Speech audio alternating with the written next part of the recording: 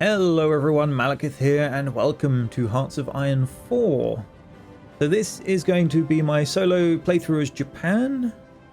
We will not probably be sticking to the historical method of things, we will be staying as a fascist, but I'm going to give it a try at attacking the Soviet Union as opposed to going for the Allies. We'll see how that goes. It means we're kind of supporting the German Reich against the Soviets when they go in with Operation Barbarossa. But it does mean that we're not going to be facing off against the US in the Pacific, so that may actually end up working out worse for them. We'll see. That's assuming the German Reich lives that long. Just because we got the historical focus set does not mean it will follow that to the letter. We are going from the earlier start as well, so even more things have an opportunity to change before the war even starts. And in my previous experience of playing through this, which I've done 4 or 5 campaigns now, these guys have not lived past 1940. It doesn't go well. Hopefully it's a bit different this time. We shall see. Right, so historical focus is on. I'm not going to do Iron Man in case there's a crash and I need to revert back and so you guys can actually see what's going on. But let's get going. So I'm going to do my best to explain what I'm doing and why I'm doing it as we go along. I have played this for a week and a half, but that by no means means I'm an expert, so if you're watching this back in a month's time with glorious amounts of hindsight and guides that have told you exactly what to do and when, please bear in mind that that information wasn't available to me at the time. Okay, so this is what we start with. We're not at war with anybody. We've got the Soviets to our north, we've got Mongolia to our northwest, we have, wow, the names. Menkukuo, which is a puppet of ours, so we don't have to worry about them. And then China is actually sort of this little conglomerate of factions. They've got warlords that have sort of rebelled. When we go to war, they will likely all group together and go, hey, let's fight this big Japanese invader together. You know, let's band together. So although they look nice and fragmented at the moment, don't expect it to stay that way. Right, so first thing we're going to go through is our research slots. We have 4 to start with. So these are the dates along the top. If you research stuff too early, you get a massive penalty. So if we look at this, technology is 7 years ahead of time. It would take 2,031 days.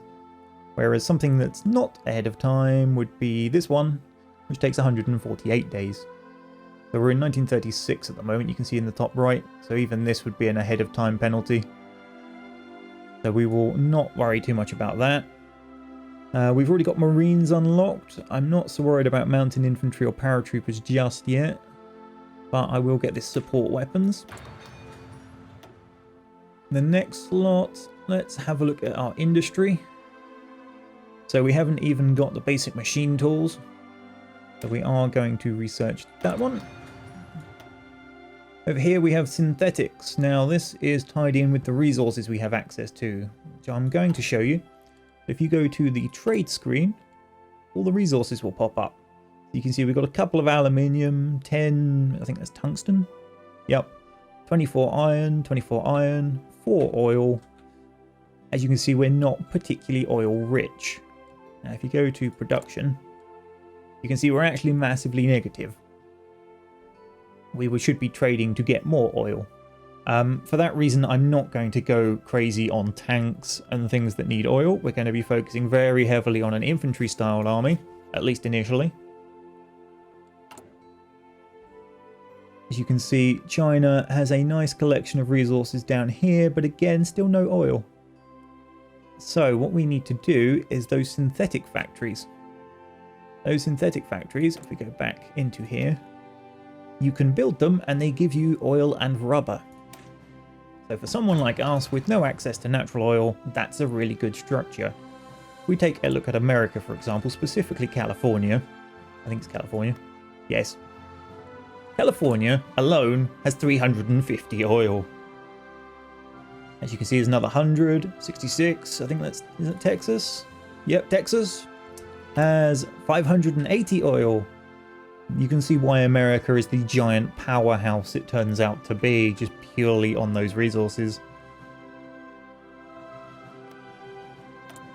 Alright, back to where we were. So that's our infantry sorted. Support battalions, we've already got engineers and recon. At some point we will want military police to keep people under control as we conquer the towns, otherwise they start having partisan effects. Armor, we're already reasonably into our tree. We could upgrade, but like I said, no oil, so nothing really to build. We could upgrade our artillery, or we could hop into the anti-tank. This is something I will want to start building reasonably early, just so I can get sufficient numbers of them produced before we hit the Soviets. But for now, we can leave that. Now, this is our doctrine, which is where you get lots of lovely bonuses. Because of what we're doing, I'm going to be ignoring Navy for the most part. I'll show you what our Air Force looks like quickly. So we're slightly behind on fighters, but close air support and naval bombers are up to scratch. And research is in here. So I'm going to have one having a look at the next part of our Grand Battle Plan doctrine, so we get a bonus to planning once we unlock that.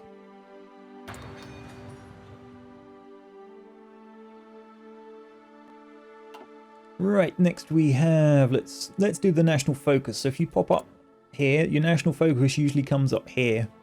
So this is where you kind of tailor things specific to your faction. The major factions will have a unique tree.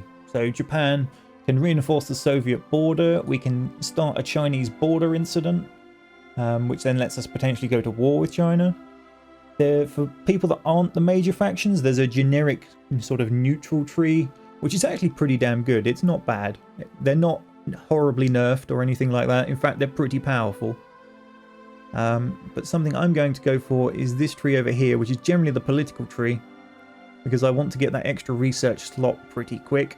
Also, industrial effort will get us free factories and free infrastructure. We will also get some bonuses to our synthetic oil production.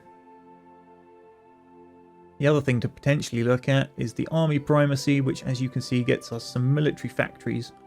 But I'm going to go down this one first. We can't do too much in here. You need to spend this political power in here, and it's usually 150. But what you get is advisors that give you various things. So if, say, for example, you wanted to become a democracy, you would stick the democratic reformer on, and that gives you a bonus to daily democracy change in here. Same for the communists. So if you want to change away from what your current country is, which you would do if you were a neutral, that's where you do it to start, as well as on that focus tree that we just showed you. Okay, this is our production. So we have a lot of spare military factories and some spare naval dockyards. I'm not going to really focus on the Navy too much. So what we will do is try and get some of these out of the way. They're partially completed already, so I'm reluctant to just delete them. So we just whack all of them in the first one. Try and... oh, that's 3 years. Maybe we won't worry about that one. Oh, that's because we're missing the resources. That will drop once, because these are coloured out. We don't have the resources to use them. That should drop significantly. Right, we're going to be recruiting a lot more infantry, so we will max produce the weapons. Let's just have a look at my infantry, actually. I can't remember what you get in them. So we've got masses of actual infantry, a recon company, an engineer company. Once we get some experience, I will probably add this artillery on.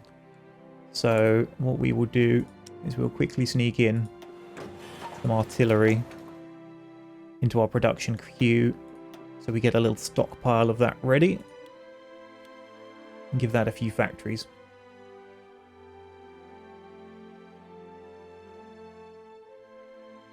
Right, free civilian factories. So civilian factories let you build infrastructure, other factories, so you could build more civilian factories or more military buildings. Defensive structures, you know, lots of that kind of stuff. Your infrastructure, basically, including the synthetic refineries. Now, infrastructure is always an interesting one. Actually, if we look at this map mode, we should be able to see how much resource we get. So if we wanted to get resources to here, they come via the naval route, you can see in the bottom right, up into that port, and then follow the arrow. So seeing as we're going to be fighting in these two provinces and pushing this way, we want to increase the infrastructure in there and there, and preferably in that one as well. Oh, that's not our land, that would be why. Yeah, we can't do that yet. Later on, I'll need to remember to come boost my infrastructure up in towards them, the USSR, if we want to attack them. Similarly, if I look at the supply thing again, it comes in through this port, so we want to boost the level of that port, except we can't because it's already maxed. Excellent. We'll have to... Oh, sorry, no, it's this one, naval base, that's the one. This is construction, this is supply. So we will boost some levels in that. If I make that a high priority, they will assign factories to this and chug down through the list until they run out. Now you'll notice we have 26 factories, but only 14 are actually building. That's because 2 are doing traded goods and 10 are building consumer goods. Now consumer goods you eventually drop down in here with this one, I believe, which stops you exporting quite so much stuff, and I think it's these two. You generally need to have one to upgrade the other, so even if it's not directly related, it's implied that it's needed. Now this is a symbol you will get familiar with, especially as Japan. You need a lot of oil, a lot of rubber, and some steel. Now if we have a look at the production screen, none of that other than the rubber is really affecting me. These are the 3 that are key to my assault, because I'm going for an infantry assault. So these, they can, you know, they can go a bit slower. I'm not bothered about the fact that I'm missing some of their resources. Right now, they're not that important to me. Okay, finally, divisions in training. So this is where you produce more troops. I actually want some Marines. We're going to produce them in Nagasaki. Except it didn't let me set that. There we go. Kyushu. I want 10 of them. The reason for that is I'm going to use them for a nice naval invasion along the edge of China to open up a second front. Separate to that, I'm also going to train some regulars .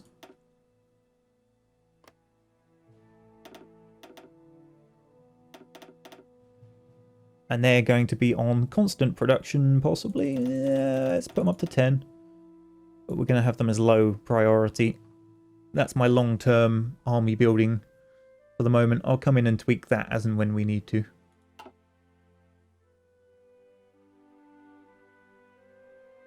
Right, now we have the unfortunate task of dealing with the armies.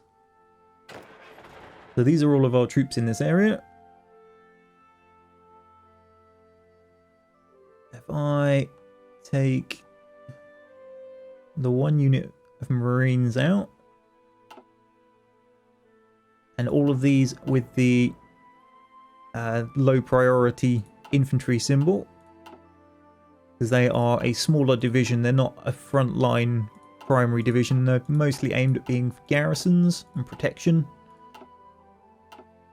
I will probably actually use them in combat, but they're not going to be my primary force. So for now, we will drop them out. Right. Attach them to an army. Give them a commander. Who should we give? And there's one in here. So we got 27 of them. 24 is the limit on a general. So we need to have a field marshal. So it's got to be one of these 3. So combat width reduction, or max entrenchment and leader experience gain. Entrenchment's more of a defensive thing, so we will take Isaichi Tarouchi as their commander. And we're going to give them a lovely front line to go sit on will be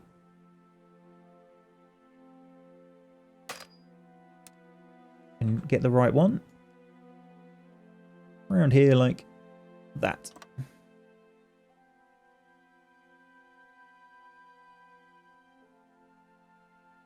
And we will have their offensive line as this first, well not this first, as the second river.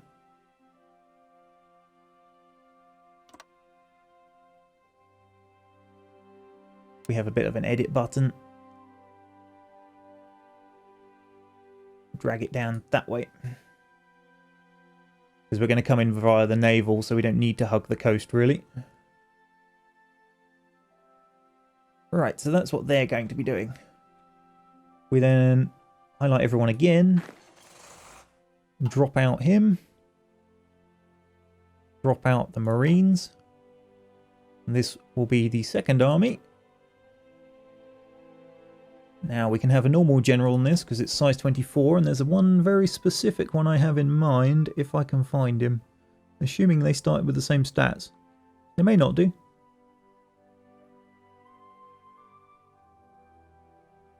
Out of supply, minus 50%. This guy here.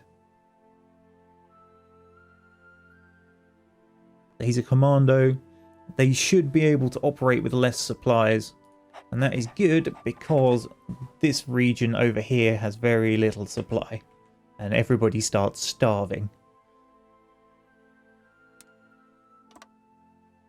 So we'll assign them this front line. And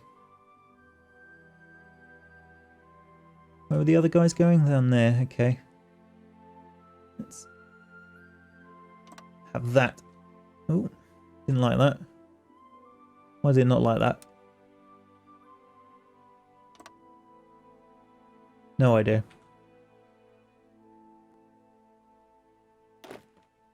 Okay, well, regardless, they can go sit on that front line. And these guys can come sit on this front line.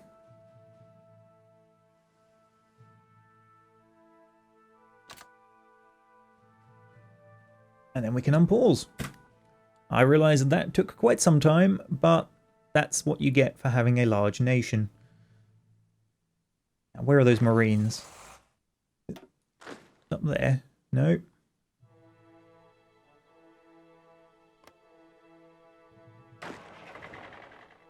You. Where are you hiding? Come down here and join what will be the other Marines.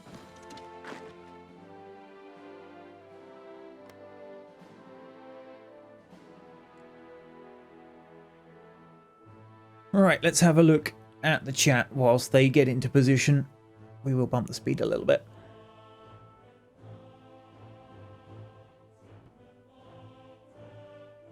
Someone's asked, are all my units not motorized? We have some with motorized units in. If we have a look at the types, you can see it'll be this one. They're all motorized infantry. The regulars are quite large, but they're all just infantry. These will be the much smaller units that we've got up in the mountains, which hopefully means they need less supply, which is the main reason I'm using them up there, especially with that special general. Marines, kind of specialist unit. Yes, I am getting more Marines. That's the thing I'm building.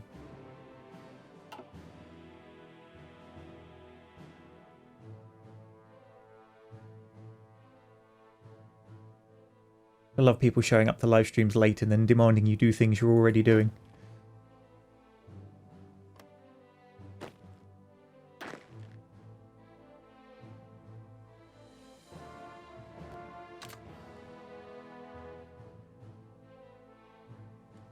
Okay, for some reason we got 3 units that refuse to move. So we will do them manually. We'll get them to a port and then you can hop them from one port to the next. That little sound means I'm low on supply somewhere. Probably because I have too many men in the area. Yep. You can see we're straining under the weight of the number of troops we've got for the amount of supplies we can get here. So we need to bump up whichever province that one is in the priority order. Oh, it's not ours. That was the issue, wasn't it? Yes. I remember now.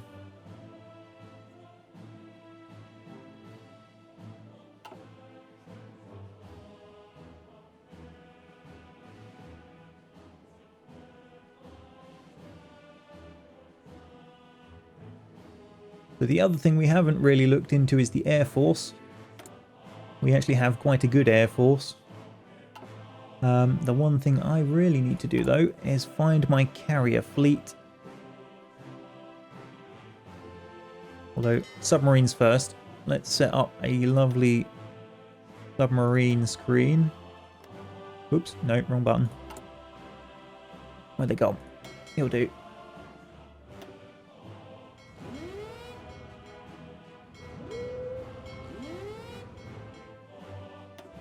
Alright, that's them sailing.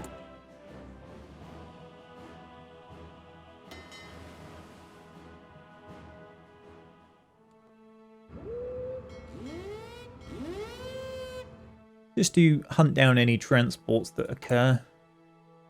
Now, that's the carrier fleet with the battleships. We'll just stick all of our big stuff together for the minute, because we've not got anything else for it to do.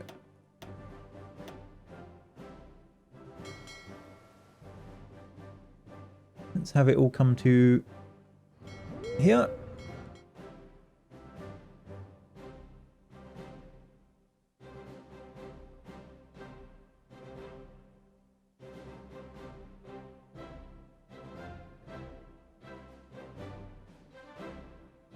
Massing of pretty much the entire Japanese fleet.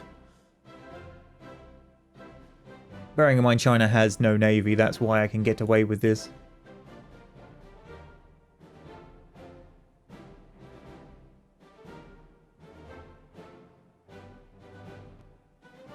Hey Moosey. Right, we better give them a commander, I guess. Oh yeah, they can't do that unless they're in a dock.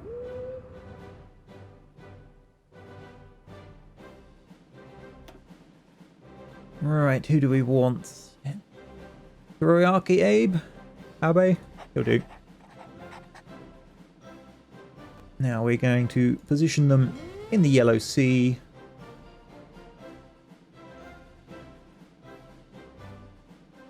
So we've got a Kaga and two Akagi class ships, which is ironic that the Kaga is an Akagi class, whereas the Ryujo is a Kaga class. No comment. And here is their air arms, and we will set them to cover northern China. And then in northern China, we'll tell them the various things they're going to be doing. I don't know why the naval bombers are going up, but they're going up.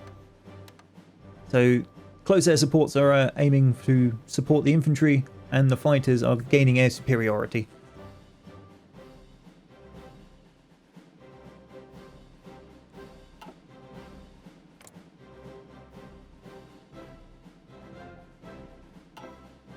The Moosey in chat is saying this is baffling and confusing.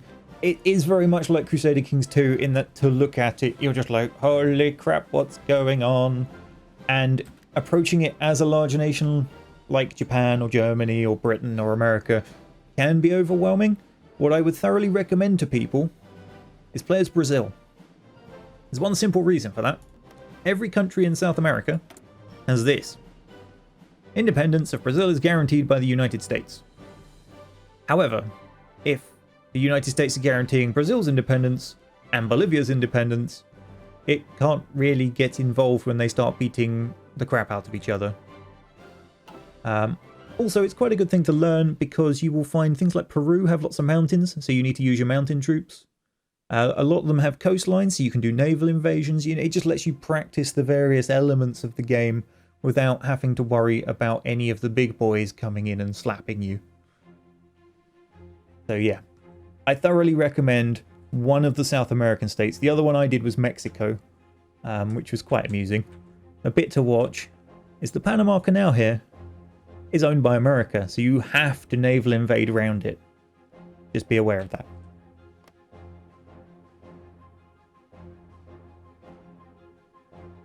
Someone played as Ireland in Hearts 2 and 3. Is that possible? Yep, here they are. I'm not going to say you're going to do too much. I mean, if you join the Allies, you probably will contribute. Alright, let's accelerate time, because we've already been going for a while and not a lot's happened. And unfortunately, we are going to have to sit here for a while until we get some of these political things out of the way. You can see the divisions line up face off against each other across the border. We've got Beijing right on the border here. Now, one of the key things to note, if you have a look at my army, is this column here. We have regular as experience, as opposed to trained, which is the relatively new ones. If you leave them to full training, you can, however, get green. So green is minus 25%, whereas regular has plus 25%. These guys will likely be green with terrible equipment. You're going to have monstrous bonuses over them.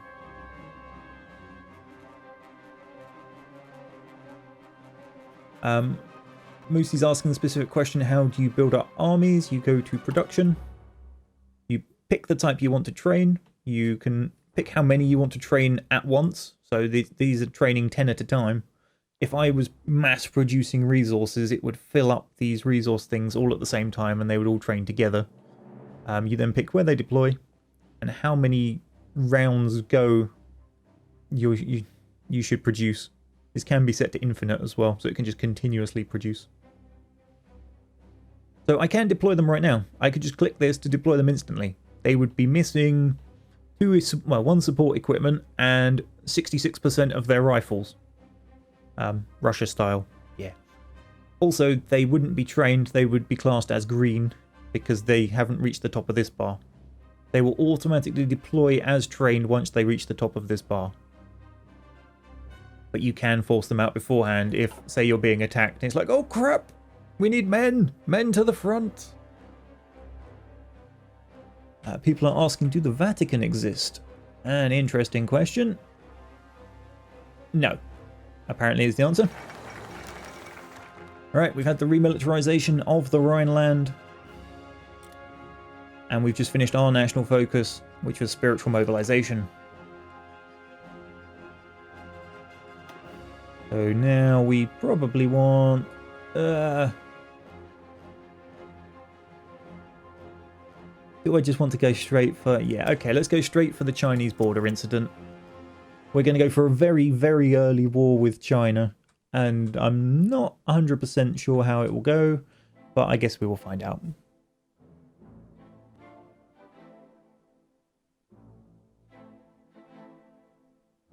You do have 5 speeds up here. 5 is obscenely fast.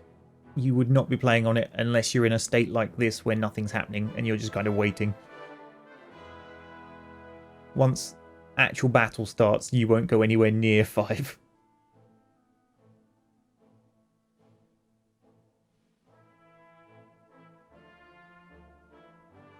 Okay, people are asking, how do I rate the game? I'm not officially allowed to comment on that until the game's release date, because you'd be stepping on the toes of reviewers.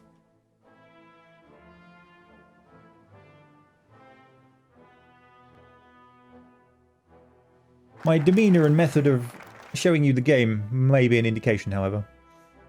Right. Gain base national unity. So, national unity is this figure up here. This governs how quickly you surrender. So if you have 10% national unity, they only have to get 10% of the war score, quote marks, and your country capitulates.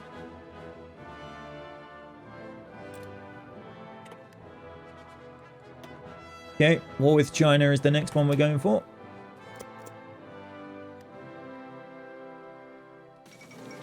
That's the Marco Polo Bridge incident. We'll teach those Chinese. Okay, so something to note. You see these plans. Actually, let me try getting a plan on this guy again. That was why it wouldn't let me do a plan before, because we're bordered with Shaanxi, and I was drawing a plan in other nations. So if we just do that. You'll notice down here, this is the activate plan button. and it gives you an estimate of how good that plan is. So if you're attacking across a monstrous river, it's going to go, hey look, there's a giant river here. That's not so fun. As you can see in this one, Division's still preparing. They're still there, waiting, taking their time. Which reminds me, I was going to send these troops across, wasn't I? That's Navy. Because they weren't getting to their start positions. You can hop them to other naval bases. Right, my research is coming in. Machine tools, support weapons. Let's sort that out. So here you get a choice of industry. You can concentrate your industry, which means you get 20% output and a bonus of 20% factories in a state. Or you can disperse it, which means you only get 10% output, but you keep some more efficiency if you change what you're producing, and you're not as vulnerable to being bombed. Now, we're not likely to be bombed, so I'm going to go with concentrated. Not quite like Germany, who, you know, are surrounded, or Britain, I guess, would be another one that's likely to get bombed pretty hard. Now, construction speed, that will let me build my factories and things faster. And then, what do we want to look at? We're still in 36, so we've not really got anything we can do in the infantry tree. I'm going to get the military police. We're probably going to be at war before then. I won't worry about them for now. I'm going to get an upgrade to my artillery. And then this is now we've got 150 political power. We can modify something in here. So, let's have a look. We've got partial mobilization. We could hop to war economy, which would increase the speed I produce military factories, increase the speed that I convert factories, and consumer goods drop 5%. Or I can't go to closed economy because we're not at war. And we don't have war economy or total mobilization. So I'm going to go to war economy.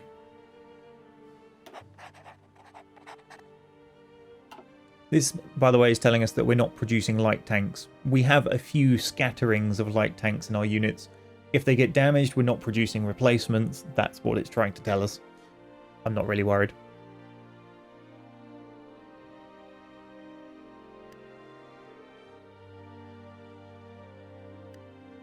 Right, did those units... Okay, they're still transferring. And then they can set themselves up on the front line where they're supposed to.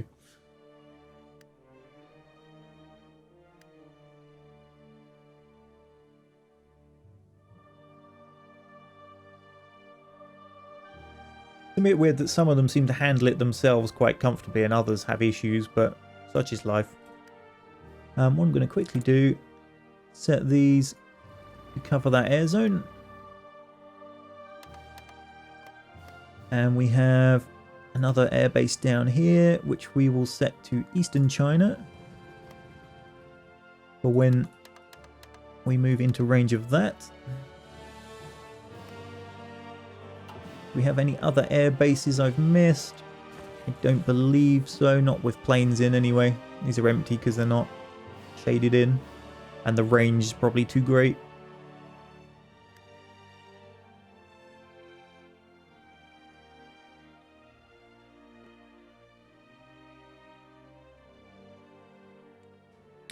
People are saying maybe you should declare war on Shaanxi first. We don't get a choice because of the way we're doing it. We are declaring war through our national focus, which means we get the war goal against China, I believe. Although we may get an... Well, we seem to get an annex war goal against Shaanxi, but I don't think you get to pick. I think they both come together. I might be incorrect there. We'll have a look. But I'm going to do both at the same time. It'll be fine. There's the war with China goal. So we will drop the speed to 3.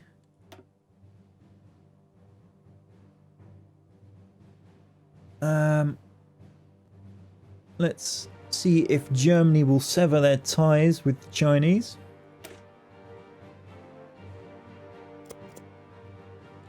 Because they've got military advisors in with them at the moment. Right, here we go. So that's China. We can declare war there. Annex. So we call our ally in. Declare war on them. I'm just going to go for China at the same time. It'll be fine.